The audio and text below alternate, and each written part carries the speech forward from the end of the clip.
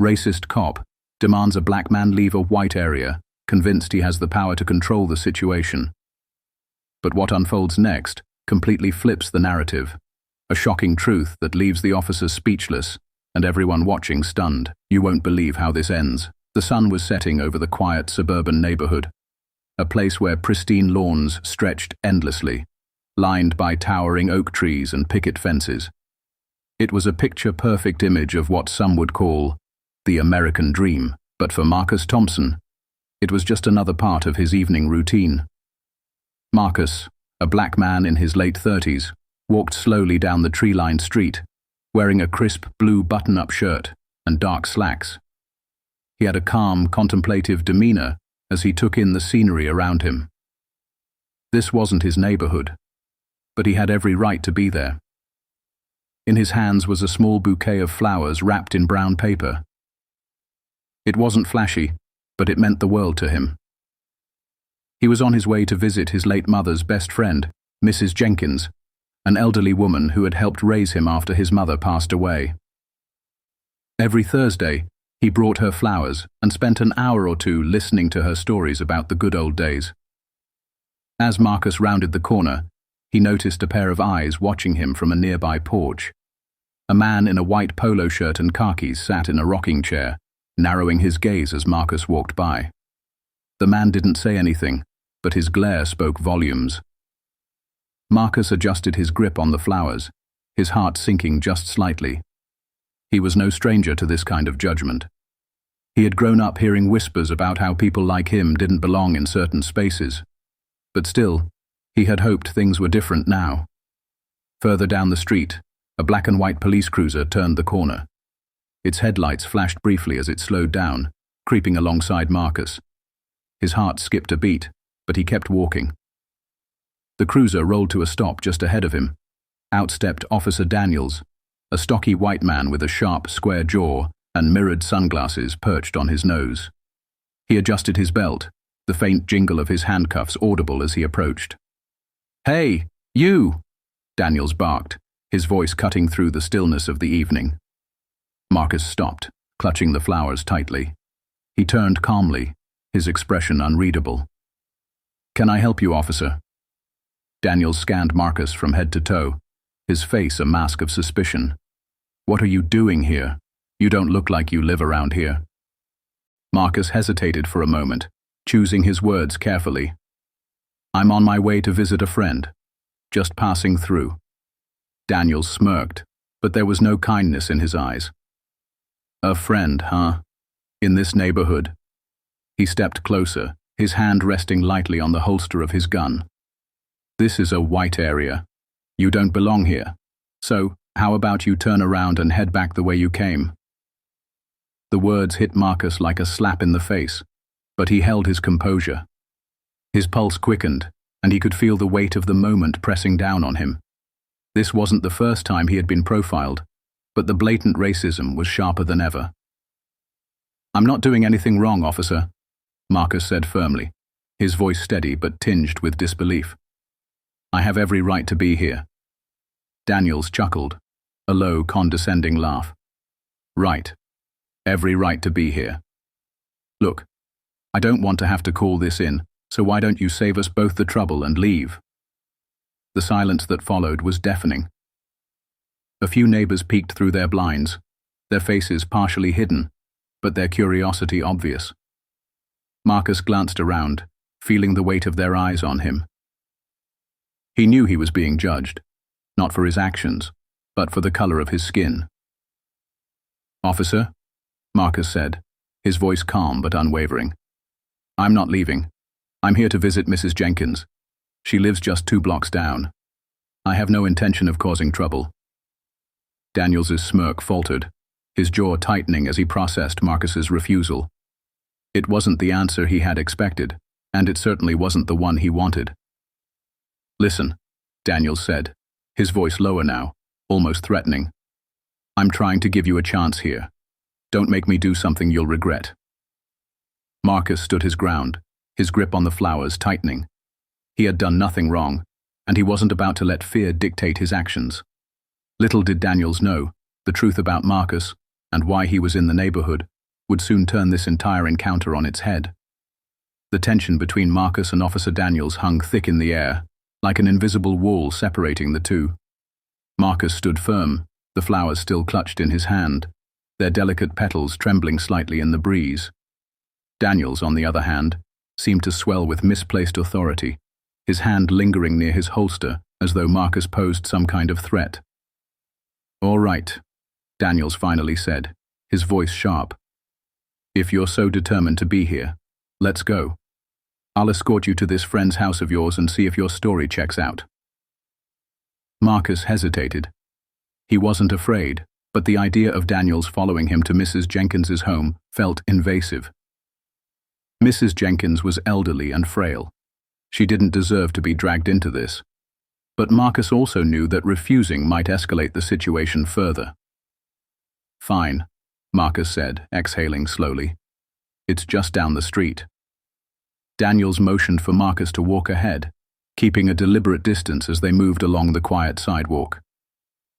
The sound of their footsteps echoed in the stillness, broken only by the occasional rustle of leaves. Behind closed doors, curious neighbors watched, their shadows flickering in windows. As they approached Mrs. Jenkins's house, Marcus's heart sank. She was sitting on her porch, her tiny frame wrapped in a floral shawl, watching them approach with a puzzled expression.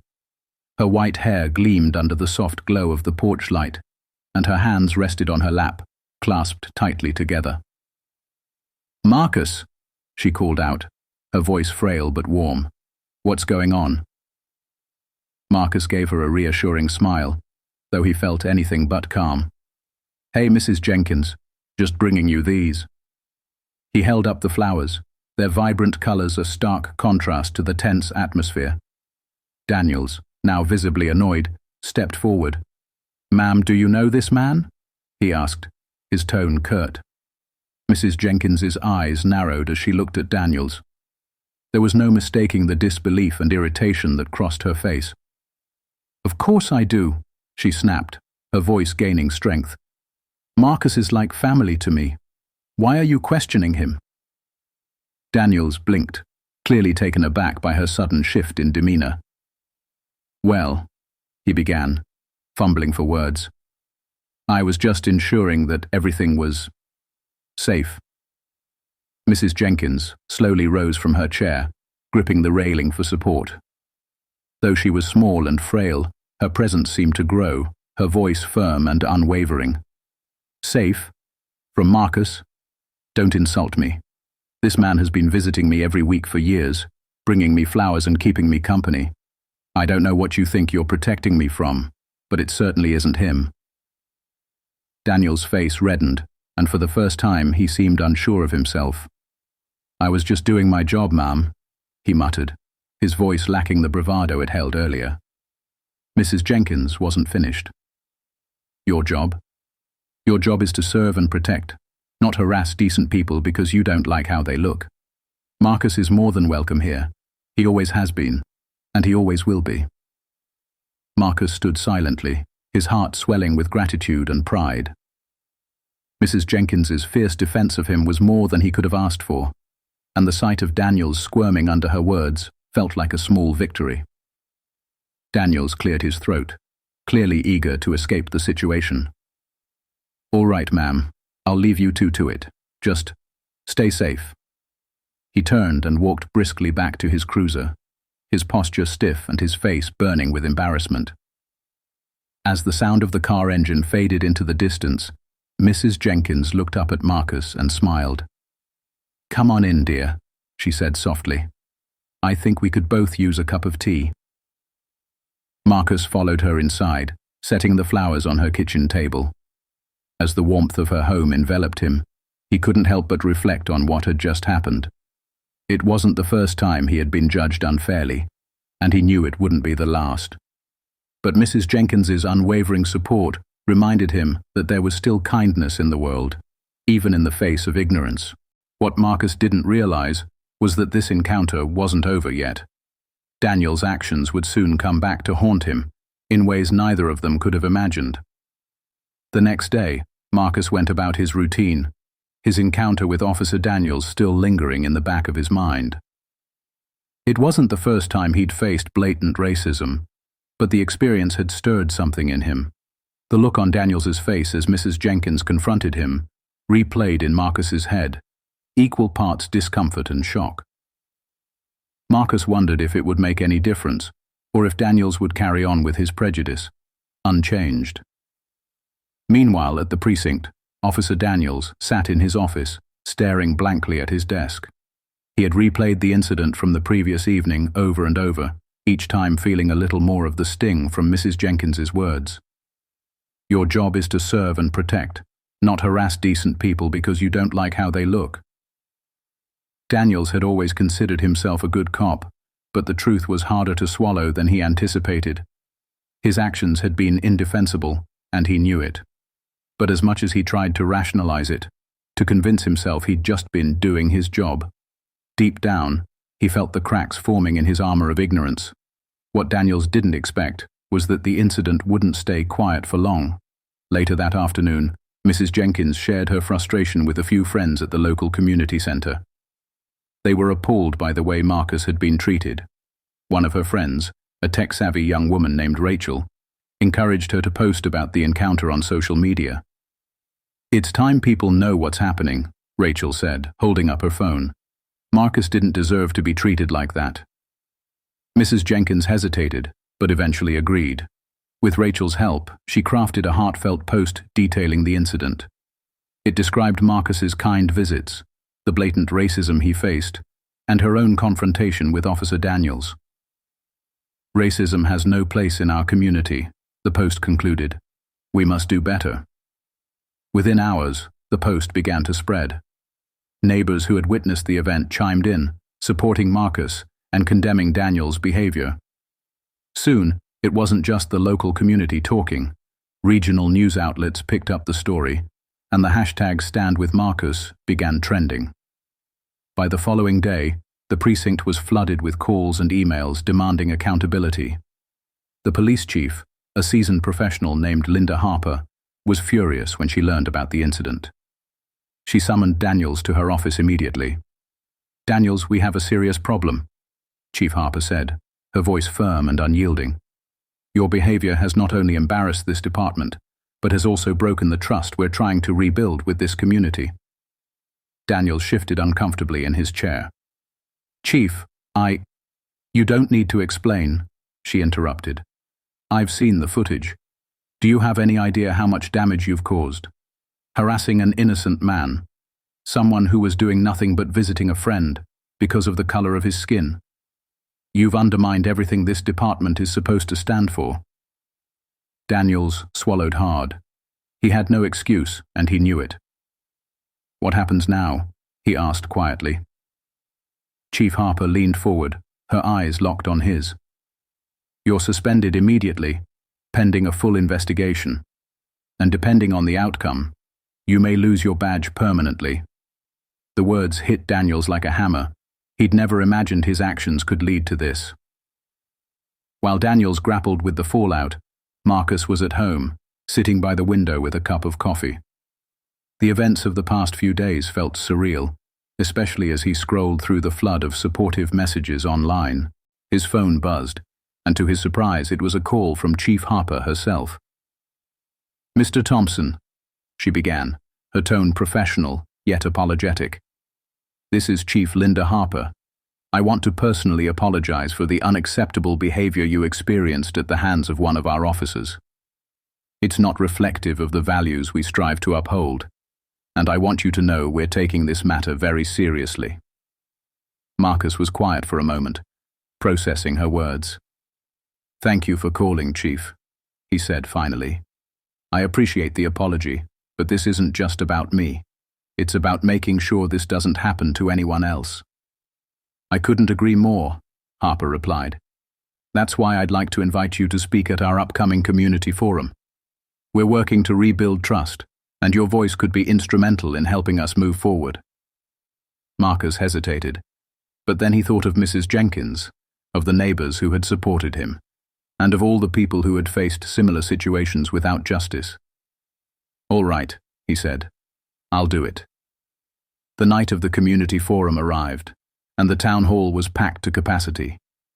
People from all walks of life filled the rows of folding chairs, their faces a mix of curiosity, anger, and hope. At the front of the room, a long table was set up for the panelists, including Chief Harper, a few local leaders, and Marcus Thompson. Marcus sat quietly, his hands folded in his lap as he looked out over the crowd. He could feel the weight of their expectations pressing down on him. This wasn't just about his experience. It was about exposing a system that allowed racism to fester, about giving a voice to those who had been silenced for too long. Chief Harper opened the forum with a somber tone. Thank you all for being here tonight. I want to start by acknowledging the incident that brought us here. What happened to Mr. Marcus Thompson was unacceptable. We are here to ensure accountability and to begin the process of rebuilding trust. She turned to Marcus, nodding slightly. Mr. Thompson, the floor is yours. Marcus stood, his heart pounding as the room fell silent. He took a deep breath, steadying himself. When I was stopped by Officer Daniels last week, Marcus began, I wasn't surprised. I wasn't even angry at first. Sadly, I've learned to expect this kind of treatment as a black man in America. But what struck me the most wasn't the officer's words. It was the silence of the neighbors who watched and did nothing. A murmur rippled through the crowd, and Marcus continued. It's easy to point fingers at one person and say, they're the problem. But racism doesn't thrive because of one bad cop or one bad neighbor. It thrives because too many people stay quiet. Too many people look the other way. His voice grew stronger, more resolute. Mrs. Jenkins didn't stay quiet. She stood up for me, and because of her this moment is possible. But we can't stop here. We need to have the uncomfortable conversations. We need to hold people accountable, and we need to stop pretending that this is someone else's problem. It's all of ours. The room erupted into applause, and Marcus felt a wave of emotion swell within him. For the first time in a long time, he felt like his voice was truly being heard. After the forum ended, people lined up to thank Marcus personally. Some shared their own stories of facing discrimination, while others apologized for not speaking up sooner. Near the back of the line stood Officer Daniels. He was out of uniform, his usual confidence replaced by an almost timid demeanor. As he approached Marcus, he removed his hat and clutched it in his hands. Mr. Thompson, Daniels began, his voice low. I just want to say I'm sorry. For what I said. For what I did. I know an apology doesn't fix what happened, but I needed to tell you face to face that I was wrong. Marcus studied him for a moment, searching for sincerity in his words. He saw no defiance, no excuses, only shame and regret. Thank you for saying that, Marcus replied, his tone measured. But words aren't enough. If you're truly sorry, use your position to be part of the solution. Stand up to the system that made you think what you did was okay. Daniels nodded slowly, his eyes downcast. I will. I promise. The weeks following the forum saw real change begin to take root in the community. The police department instituted mandatory bias training, and Chief Harper worked closely with local organizations to create a more transparent complaint process. Marcus became an active voice for change, joining town meetings and advocating for policies that promoted equity and inclusion. Mrs. Jenkins, ever the firebrand, became a local hero, her bold confrontation with Daniels inspiring others to speak out. Though the scars of the past couldn't be erased, the community began to heal. Marcus knew the fight wasn't over, but he felt hope for the first time in years, a hope that one day people like him wouldn't have to justify their existence in places they had every right to be. And as for Daniels, he remained on suspension, but started volunteering with local advocacy groups, using his time to confront his own biases and learn from those he once dismissed. He knew redemption wouldn't come easily, but he was determined to earn it, one step at a time. A murmur rippled through the crowd, and Marcus continued. It's easy to point fingers at one person and say, they're the problem. But racism doesn't thrive because of one bad cop or one bad neighbor. It thrives because too many people stay quiet. Too many people look the other way. His voice grew stronger, more resolute. Mrs. Jenkins didn't stay quiet. She stood up for me, and because of her, this moment is possible. But we can't stop here. We need to have the uncomfortable conversations. We need to hold people accountable. And we need to stop pretending that this is someone else's problem. It's all of ours. The room erupted into applause, and Marcus felt a wave of emotion swell within him. For the first time in a long time, he felt like his voice was truly being heard. After the forum ended, people lined up to thank Marcus personally. Some shared their own stories of facing discrimination, while others apologized for not speaking up sooner. Near the back of the line stood Officer Daniels. He was out of uniform, his usual confidence replaced by an almost timid demeanor. As he approached Marcus, he removed his hat and clutched it in his hands. "Mr. Thompson," Daniels began, his voice low, I just want to say I'm sorry. For what I said. For what I did. I know an apology doesn't fix what happened, but I needed to tell you face to face that I was wrong." Marcus studied him for a moment, searching for sincerity in his words. He saw no defiance, no excuses, only shame and regret. "Thank you for saying that," Marcus replied, his tone measured. "But words aren't enough. If you're truly sorry, use your position to be part of the solution. Stand up to the system that made you think what you did was okay." Daniels nodded slowly, his eyes downcast. "I will. I promise." The weeks following the forum saw real change begin to take root in the community. The police department instituted mandatory bias training, and Chief Harper worked closely with local organizations to create a more transparent complaint process. Marcus became an active voice for change, joining town meetings and advocating for policies that promoted equity and inclusion. Mrs. Jenkins, ever the firebrand, became a local hero, her bold confrontation with Daniels inspiring others to speak out. Though the scars of the past couldn't be erased, the community began to heal. Marcus knew the fight wasn't over, but he felt hope for the first time in years. A hope that one day, people like him wouldn't have to justify their existence in places they had every right to be. And as for Daniels, he remained on suspension, but started volunteering with local advocacy groups, using his time to confront his own biases and learn from those he once dismissed. He knew redemption wouldn't come easily, but he was determined to earn it, one step at a time.